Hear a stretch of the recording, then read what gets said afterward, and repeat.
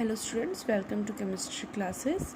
BSc part first inorganic chemistry first unit आयनिक solid हम कर रहे हैं, जिसमें हमने ionic radii coordination number topic हमने कर लिए हैं। कोऑर्डिनेशन नंबर क्या होता है कि क्रिस्टल या सॉलिड में कोई आयन अपने अपोजिट चार्ज्ड आयन से घिरा हुआ है, तो वो नंबर जिससे कि वो घिरा हुआ है, कवर्ड है, वो उसका कोऑर्डिनेशन नंबर है। Today we discuss about the radius ratio. Radius ratio क्या होता है? कैटायन और एनायन की जो रेडियस है उनका अनुपात रेडियस रेशियो कहलाता है। ये हमने कल कर लिया था। क्या होता है रेडियस रेशियो? रेडियस रेशियो होता है R plus minus R minus, ठीक है, sorry R plus upon R minus, इनका जो रेशियो है वो कहलाता है radius ratio. R is equal to ये चीज़ हम कर चुके हैं, ये हमने कल पिछले वीडियो में कर लिया था। R is equal to R plus upon R minus, that is radius ratio. अब रेडियस रेशियो जो है वो किस तरह से स्ट्रक्चर पे बेस्ड है, ये आज हम डिस्कस करेंगे। तो सबसे पहले हम लेंगे ऑक्टाहेड्रल स्ट्रक्चर। ऑक्टाहेड्रल स्ट्रक्चर में एक प्लेन में 4 एटम्स होंगे, पहली चीज़। अब ये हम अपने सहूलियत के लिए मान लेते हैं कि सेंटर वाला आपका जो है वो कैटायन है, पॉजिटिव चार्ज है, और जो बाकी इससे कवर्ड है वो एनायन है, ठीक है। तो कैटायन के प्लेन में 4 एनायन प्रेजेंट होंगे और 2 एनायन इसके अपर और लोअर प्लेन में होंगे। इस टाइप का एक स्ट्रक्चर बनेगा जिसको हम बोलेंगे ऑक्टाहेड्रल स्ट्रक्चर। ऑक्टाहेड्रल स्ट्रक्चर के लिए जो रेडियस रेशियो होगा उसके लिए हम ये मानते हैं, हम अपर और लोअर लेयर वाले एटम को यहाँ कंसिडर नहीं कर रहे, हम सिर्फ प्लेन में जो प्रेजेंट है, यानी ये जो एटम्स है इस प्लेन में, इन्हीं एटम्स को हम ले रहे हैं।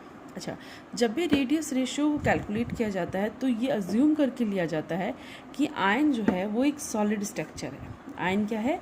एक सॉलिड स्ट्रक्चर है। पहली चीज़, वैसे होता नहीं है, ऑब्वियस है, सॉलिड सिर्फ उसका न्यूक्लियस जो है वो एक सॉलिड के फॉर्म है, बाकी इलेक्ट्रॉन चारों तरफ चक्कर लगा रहे हैं, वो काफ़ी हिस्सा उसका वैकेंट होता है, एम्प्टी होता है, खाली होता है।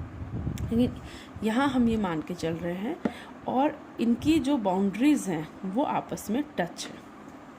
एक रिजिड स्ट्रक्चर है, न्यूक्लियस से ये जो दूरी है इसको हम R माइनस यानी रेडियस ऑफ एनायन कहेंगे।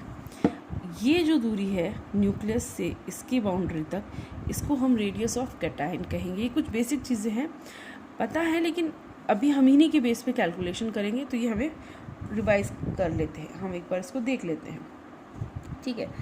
अब इसको अगर हम देखें तो यहाँ एक ट्रायंगल बन रहा है, ये एक ट्रायंगल बन गया। इस ट्रायंगल को हम बोल सकते हैं O से है तो O A P। ये कैसा ट्रायंगल है? ये राइट एंगल ट्रायंगल है। कैसा ट्रायंगल है? राइट एंगल ट्रायंगल है। राइट एंगल ट्रायंगल पे आपने पाइथागोरस प्रमेय 10th 11th 12th में पढ़ी होगी। 10th तक अगर किसी ने हायर क्लासेस में मैथ नहीं भी पढ़ी, 11th 12th में मैथ नहीं भी पढ़ी, तो 10th तक उसने पाइथागोरस प्रमेय पढ़ी है, जो राइट एंगल्स पे अप्लाई होती है। क्या है पाइथागोरस प्रमेय? पाइथागोरस प्रमेय के अकॉर्डिंग ए पी का जो स्क्वायर है वो इज इक्वल टू होगा ओ ए के स्क्वायर प्लस ओ पी के स्क्वायर के, ठीक है। ये हमने पढ़ रखा है। अब हम इनकी वैल्यू रख दें।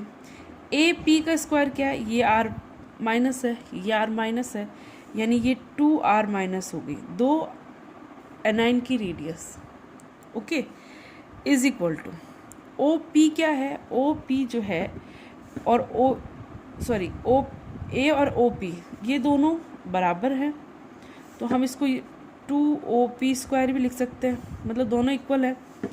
लो, OP is equal to OA है, ठीक है। यहाँ से तो हम इसको इस तरह से लिख सकते हैं, तो ये हमने यहाँ 2 लिख दिया। ये है R प्लस और R माइनस का टोटल, यानी radius of anion plus radius of cation, तो हम इसको लिख सकते हैं radius of anion plus radius of cation. अब हमें क्या लेना है, इनका स्क्वायर, यानी इसका स्क्वायर लेना है, क्योंकि यहाँ स्क्वायर है, ये तो हमने डायरेक्ट वैल्यू रखी है, और इनका स्क्वायर है, ओवरऑल इसका स्क्वायर। तो इसका स्क्वायर जो है यहाँ पे भी हम स्क्वायर ले लेंगे, ठीक है। इसका 2 का नहीं लेना है यहाँ पे, ये तो उसको लिख रहे हैं तो इसलिए डबल होके 2 लिख रहे हैं। रेडियस का स्क्वायर लेना है, इस वैल्यू का स्क्वायर लेना है। इसका स्क्वायर लेंगे तो ये जाएगा 4r माइनस इन square is equal to 2 as it is, ये पूरी वैल्यू का हम स्क्वायर ले रहे हैं, तो ये लिख दिया हमने r plus r minus, sorry यहाँ माइनस है, का स्क्वायर। यहाँ 2 है, यहाँ 4 है, तो इससे हम इसको कैंसिल आउट कर सकते हैं, तो ये हो जाएगा 2r minus square is equal to r plus r minus whole square. यहाँ तक क्लियर है। अब इस स्क्वायर को हटाना है, क्योंकि हमें तो रेडियस रेशियो लेना है। स्क्वायर को हटा दें तो ये क्या हो जाएगा, √2r minus is equal to r plus r minus. यहाँ तक समझ में आ गया।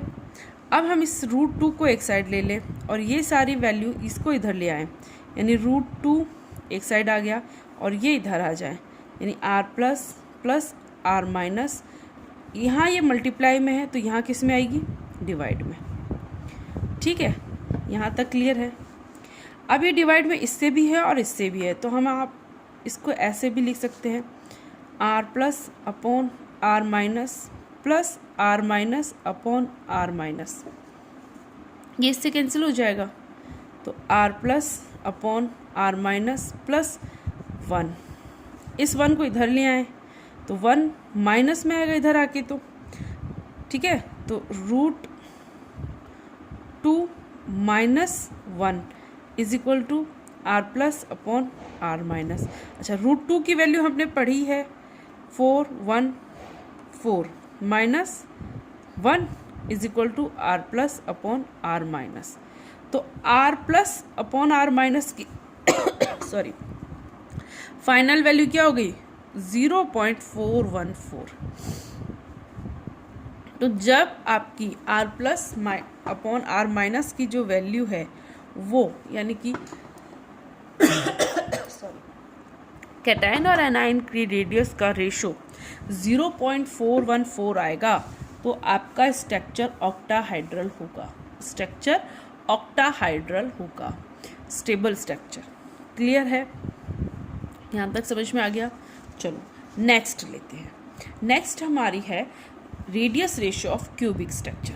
क्यूब आपने पढ़ा है, जिसकी ये सभी जो हैं